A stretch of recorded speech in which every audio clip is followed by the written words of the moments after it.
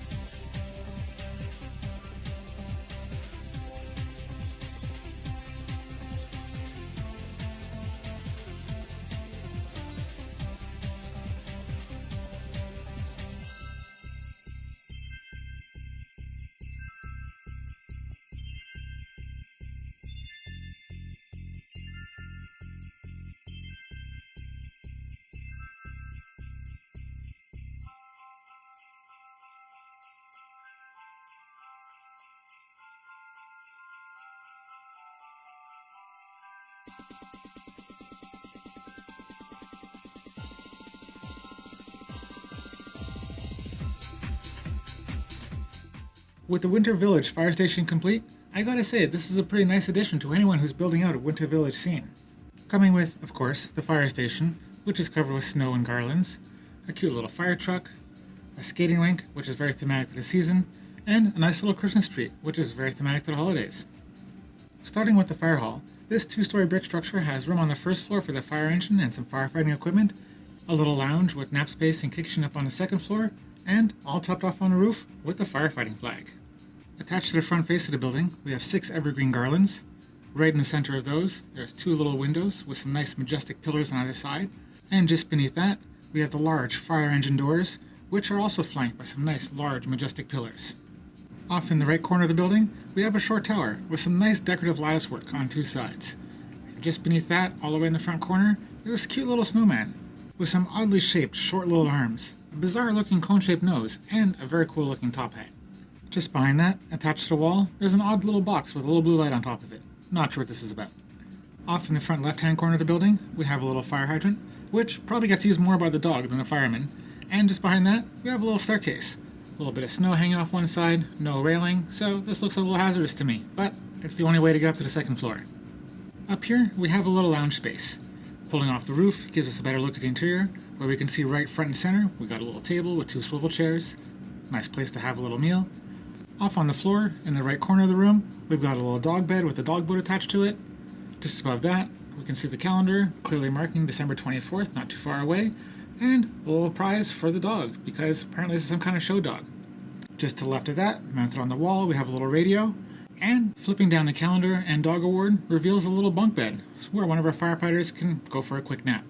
Off on the left side of the room, we've got the red emergency telephone, a little kitchenette so our firefighters can make a meal, and a door which leads to the fire pole, so our firefighters can make a quick descent down to the main floor when a fire alarm comes in.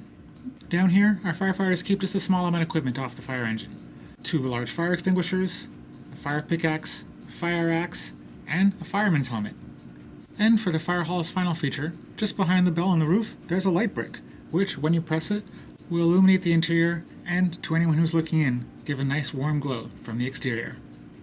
Now to the fire engine. It's a cute little red vehicle, as one would expect, with 2 little hoses clipped out the side that can easily be removed and attached to the fire hydrant if you have any emergencies, and a ladder on the back, which you can rotate, raise and lower, or extend.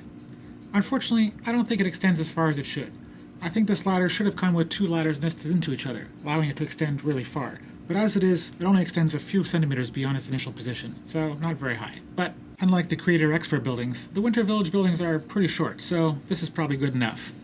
Next up, we've got a little skating rink with some gold railings in the front and back, but not the sides, a firefighter statue, which is taking up some of the limited ice rink space, and one dedicated little hockey fan, practicing with his puck.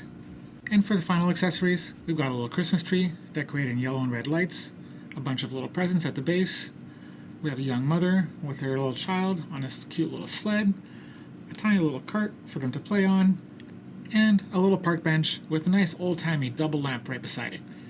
And now to the minifigures, where we've got our 3 firefighters, who all have golden helmets, which you can put on if they ever have to go into action, along with our Dalmatian, which is a classic dog for a firefighter. We've got our little hockey fan, a young mother, a saxophone player, who, by the way, I really love his shoulder pads, and a tiny little baby minifigure. Very cute. Put all these components together, and we have the Winter Village Fire Station. A fun little set that's been a lot of fun to merge into my current Winter Village, which has been very entertaining on its own, creating all these little scenes, making these little stories, and at the end of the season, I'm definitely going to pack this one up nice and safe so I can pull it out next year and add it into next year's Winter Village, which I'm definitely planning on expanding even further, which is, of course, part of the fun and excitement of this whole Winter Village collection. That being said, if you're not building a Winter Village, I don't find this set has a whole lot of appeal on its own. There's certainly fun that can be had here, scenes to set up, and some pretty decent parts to reuse. But I don't find they had the same appeal as, let's say, the Elf Clubhouse or the Gingerbread House, both of which I find to be quite a bit cuter, and also come with some exclusive minifigures, which definitely adds to the appeal. So, in short, I don't really recommend this one as a standalone kit. I mean, it's fine, there's no reason not to buy it, but I think there's better options out there.